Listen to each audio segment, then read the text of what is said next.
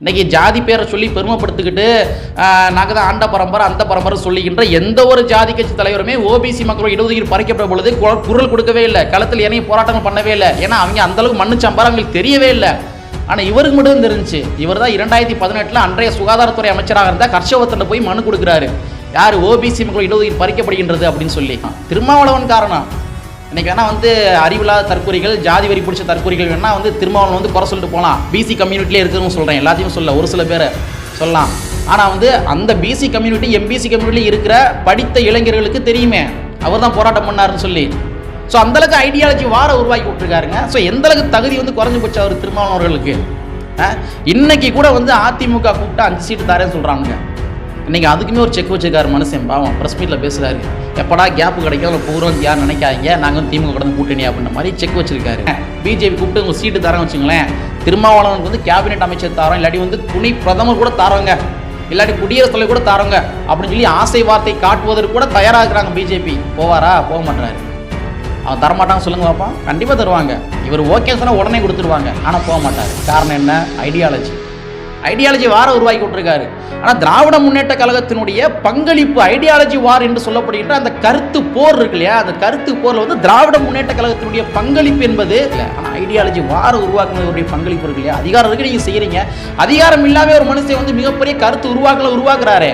இந்த வெற்றி தான் என்ன தீர்மானிக்கணும்னா வருகின்ற 2026 சட்டமன்ற தேர்தலை தீர்மானிக்கும். ஆனால் 2லேயே நிற்பேன், நான் அதுக்கு மேலே தரமாட்டேன் அப்படின்னா இது சமூக நீதி என்று சொல்லப்படுகின்ற திராவிட முன்னேற்ற கழகத்தினுடைய அந்த சித்தாந்தங்களுக்கு ஒரு இழுக்கு அப்படின்னு பார்க்கலாம்.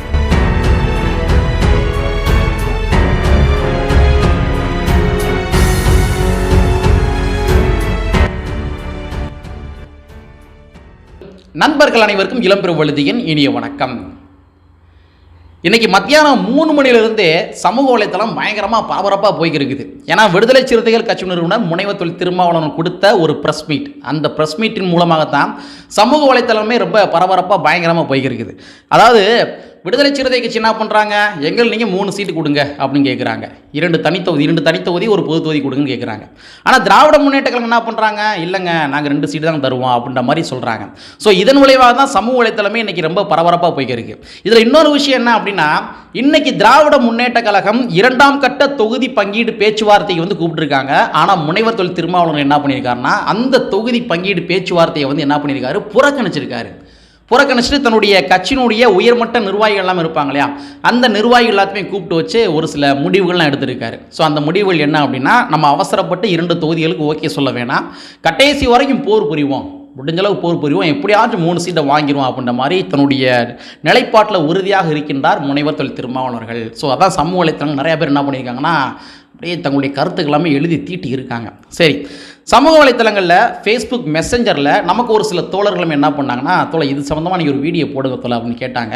இதை பற்றி பேசுகிறதுக்கு என்ன இருக்குது, முனைவர் தொல் திருமாவளவன் என்ன முடிவெடுக்கிறாரோ அதான் விடுதலை சிறுத்தை கட்சியினுடைய அந்த தொண்டர்களுடைய இறுதி முடிவாக இருக்கும். இருந்தாலும் இது சம்மந்தமாக நம்ம ஒரு சில கருத்துக்கெல்லாம் சொல்லிடுவோம், ஏன்னா தோழர்கள் கேட்குறாங்க இல்லையா, அதனால் ஒரு சில கருத்துக்கெல்லாம் சொல்லிடுவோம்.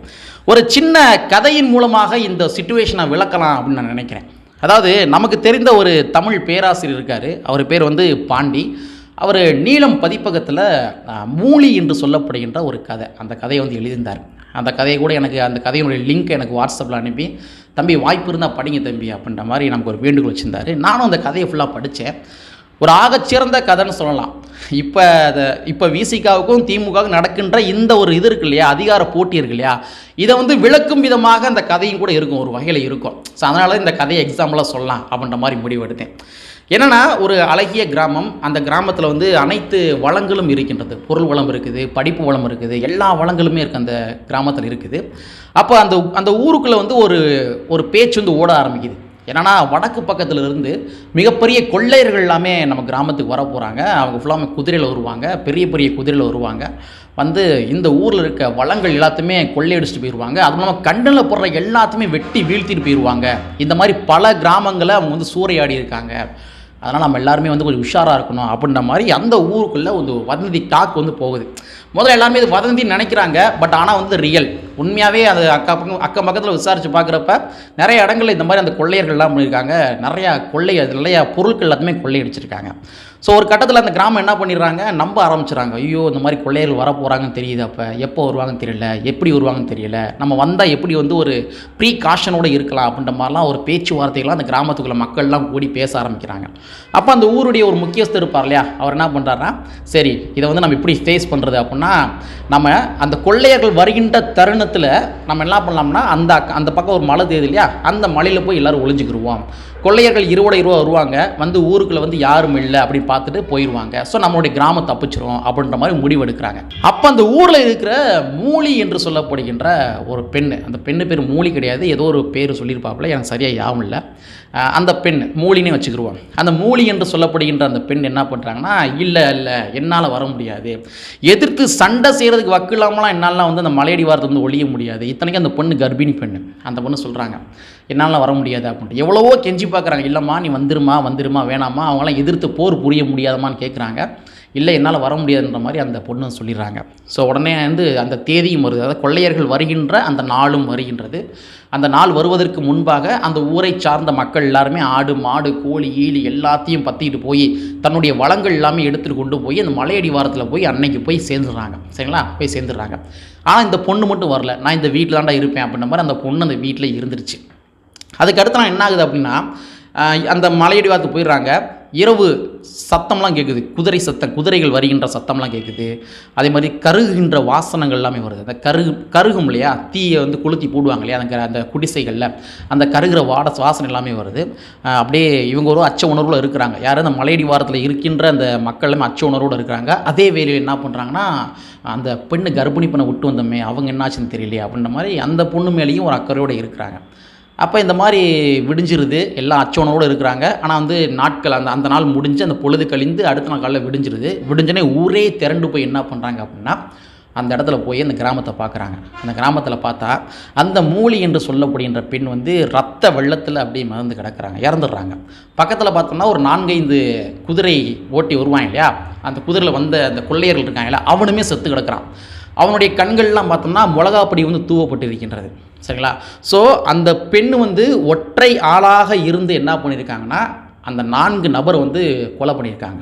அதாவது தன்னுடைய கிராமத்தை எப்படியாச்சும் காப்பாற்றணுன்றதுக்காக அந்த 4 நபர் வந்து கொலை பண்ணியிருக்காங்க. கண்ணில் மிளகாப்பொடிலாம் போட்டு முடிஞ்ச அளவுக்கு சமர் புரிஞ்சு கொலை பண்ணியிருக்காங்க.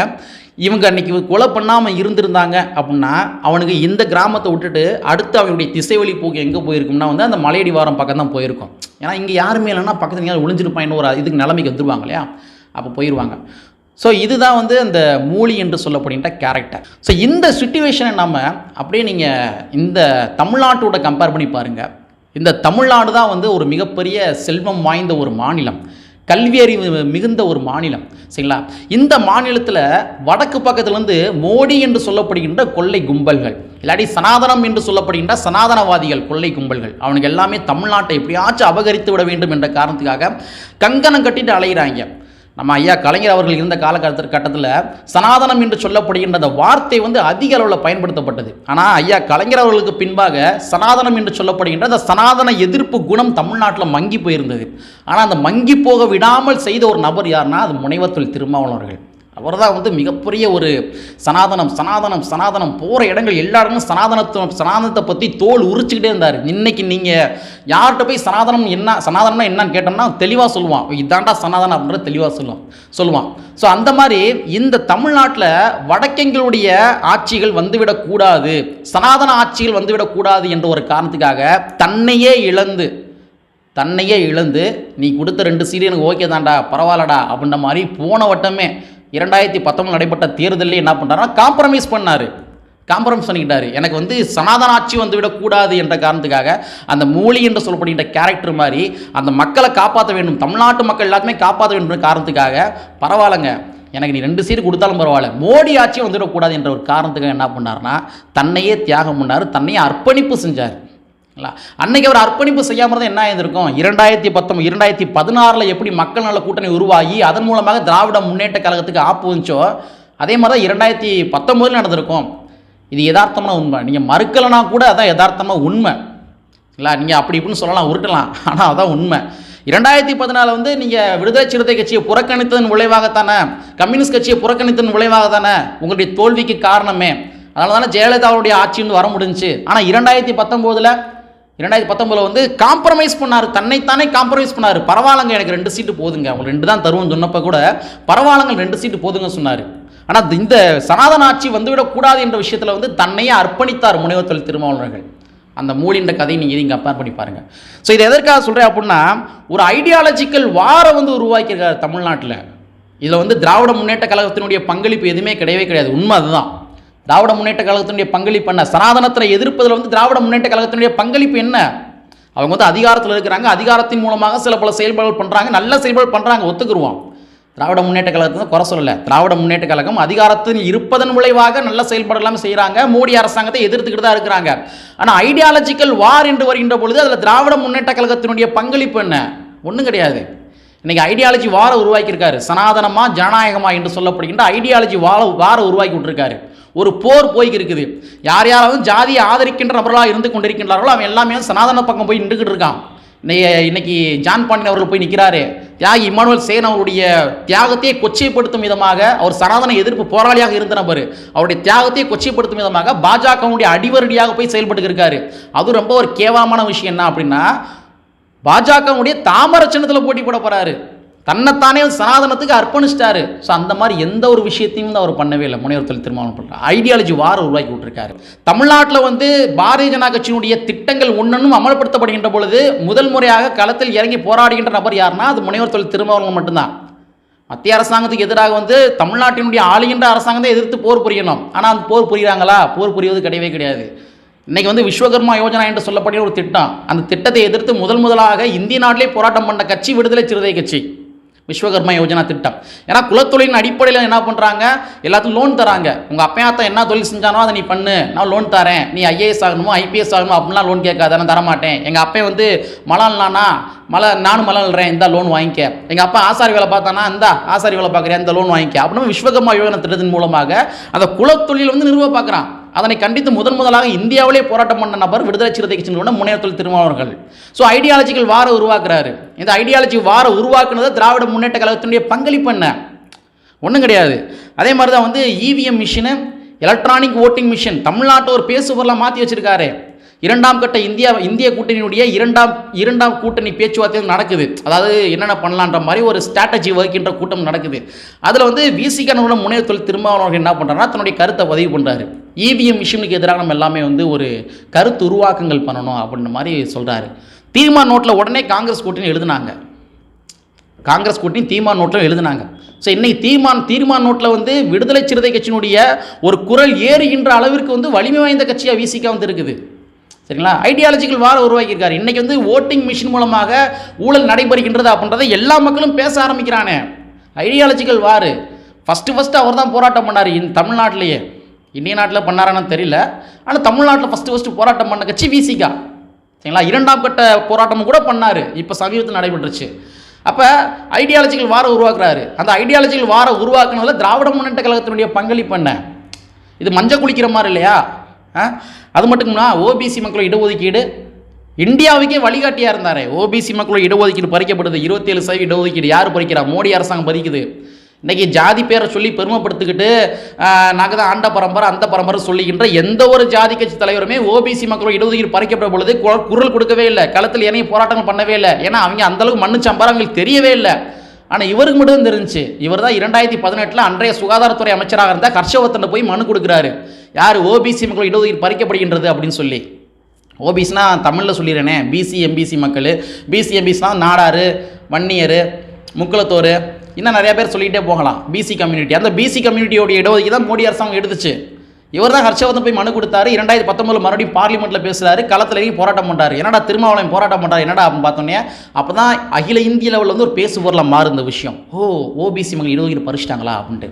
அதுக்கப்புறம் தான் மற்ற கட்சி கேஸ் போடுறான். அதுக்கப்புறம் தான் என்ன ஆகுதுன்னா வந்து மிகப்பெரிய பேசு பொருளாக மாறி மோடி அரசாங்கம் மறுபடியும் அந்த ஓபிசி மக்களுக்கு இடஒதுக்கீட்டை கொடுத்துச்சு. மருத்துவ மத்திய தொகுப்பில் இன்றைக்கி மருத்துவ மத்திய தொகுப்பில் ஓபிசி சமுதாயத்தை சார்ந்தவங்க நிறைய பேர் படிக்கிறாங்க, மருத்துவராக படிக்கிறாங்க அப்படின்னா அது யார் காரணம்? திருமாவளவன் காரணம். இன்றைக்கி வேணால் வந்து அறிவில்லாத தற்கொலைகள், ஜாதி வரி பிடிச்ச தற்கொலைகள் வேணால் வந்து திருமாவளவன் வந்து குறை சொல்லிட்டு போகலாம். பிசி கம்யூனிட்டிலே இருக்கிறவங்க சொல்கிறேன், எல்லாத்தையும் சொல்ல ஒரு சில பேரை சொல்லலாம். ஆனால் வந்து அந்த பிசி கம்யூனிட்டி எம்பிசி கம்யூனிட்டியில் இருக்கிற படித்த இளைஞர்களுக்கு தெரியுமே அவர் தான் போராட்டம் பண்ணாருன்னு சொல்லி. ஸோ அந்தளவுக்கு ஐடியாலஜி வார உருவாக்கி விட்டுருக்காருங்க. ஸோ எந்தளவுக்கு தகுதி வந்து குறைஞ்சி போச்சு அவர் திருமாவளவன் அவர்களுக்கு. இன்னைக்கு கூட வந்து அதிமுக கூப்பிட்டா 5 சீட்டு தரேன்னு சொல்கிறானுங்க. இன்றைக்கி அதுக்குமே ஒரு செக் வச்சுருக்காரு மனுஷன், பாவம். ப்ரெஸ் மீட்டில் பேசுகிறாரு, எப்படா கேப்பு கிடைக்கும் அதில் போகிறோம் யார் நினைக்காதீங்க, நாங்கள் வந்து திமுக கடந்து கூட்டணி அப்படின்ற மாதிரி செக் வச்சுருக்காரு. சரிங்களா? இப்போ கூட ரெடியாக இருக்கிறாங்க. இப்போ கூட வாங்க அப்படின்னு கூப்பிட்டா கூட என்ன பண்ணுவாங்கன்னா பல கோடி ரூபாய் கொடுத்து அவர் வந்து வர வைக்கிறதுக்கு தயாராக இருக்கிறாங்க. மனசாத்தோடு சொல்லுங்க. இதே பிஜேபி கூப்பிட்றாங்க வச்சுங்களேன், பிஜேபி கூப்பிட்டு உங்கள் சீட்டு தரேன் வச்சுங்களேன், திருமாவளவனுக்கு வந்து கேபினெட் அமைச்சர் தரோம், இல்லாட்டி வந்து துணை பிரதமர் கூட தரோங்க, இல்லாட்டி குடியரசுத் தலைவர் கூட தாரோங்க அப்படின்னு சொல்லி ஆசை வார்த்தை காட்டுவதற்கு கூட தயாராக இருக்கிறாங்க பிஜேபி. போவாரா? போக மாட்டாரு. அவன் தரமாட்டாங்க சொல்லுங்க பார்ப்போம். கண்டிப்பாக தருவாங்க.